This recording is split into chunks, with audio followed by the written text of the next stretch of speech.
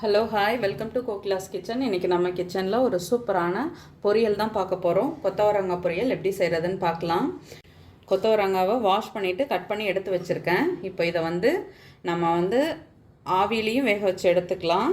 நான் கொஞ்சமாக தண்ணி விட்டு அதை வேக வச்சு எடுத்துக்க போகிறேன். இதை தண்ணி கீழே ஊற்றுற மாதிரி இல்லை, ஸோ அதனால் திட்டமாக தண்ணி வச்சு அதுக்குள்ளே காய் வேகிற அளவு நம்ம தண்ணி விட்டு அதை வேக வச்சுக்கலாம். இப்போது தண்ணி ஊற்றியாச்சு. இதுக்கு தேவையான அளவு உப்பு சேர்த்துக்கலாம். இது கூட கொஞ்சமாக கடலைப்பருப்பு சேர்த்துக்கலாம், ஒரு அரை ஸ்பூன் அளவு. தண்ணியெல்லாம் இப்போ வற்றிடுச்சு, காயும் நல்லா வெந்துடுச்சு. இங்கே பாருங்கள். இப்போ நம்ம தாளிப்பு போட்டுடலாம். காயை இப்போது தனியாக எடுத்து வச்சாச்சு. இப்போ அடுப்பில் வானல் வச்சுட்டு நம்ம தாளிப்பு போட்டுடலாம். இப்போது ஒரு ஸ்பூன் அளவு எண்ணெய் சேர்த்துக்கிட்டேன். எண்ணெய் சூடானதும் கடுகு உளுத்தம்பருப்பு போட்டு தாளிச்சுக்கலாம். கொஞ்சமாக உளுத்தம்பருப்பு, கொஞ்சம் கடுகு. இது நல்லா பொரிஞ்சதும் ஒரே ஒரு காஞ்ச மிளகாய் சேர்த்துக்கலாம். அடுத்து கருவேப்பிலை, அடுத்து கொஞ்சம் பூண்டு சேர்த்துருக்கேன். பூண்டு நல்லா வதங்கினதுக்கப்புறம் சின்ன வெங்காயம் சேர்த்துக்கலாம்.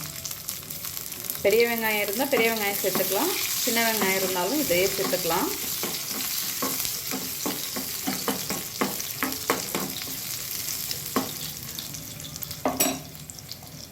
பூண்டு இப்போ நல்லா வதங்கிடுச்சு.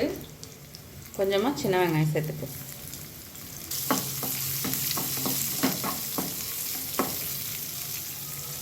இப்போது நம்ம வேக வச்சு எடுத்த காயை இதில் சேர்த்துக்கலாம்.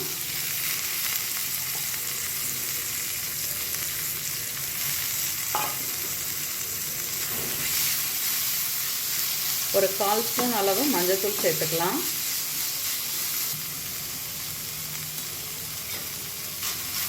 மிக்ஸி ஜாரில் கொஞ்சமாக தேங்காய், பச்சை மிளகாய், அடுத்து நான் சோம்பு ஆட் பண்ணியிருக்கேன்.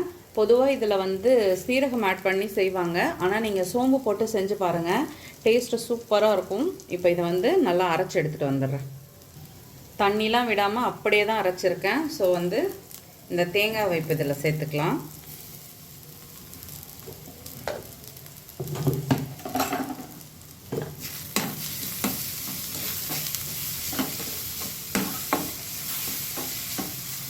அவ்வளோதான், இந்த கொத்தவரங்காய் மசாலா ரெடி ஆகிடுச்சு. இப்போ நம்ம ஆஃப் பண்ணிடலாம். கிட்டத்தட்ட உங்களுக்கு அந்த உசிலி டேஸ்ட் அப்படியே கிடைக்கும்.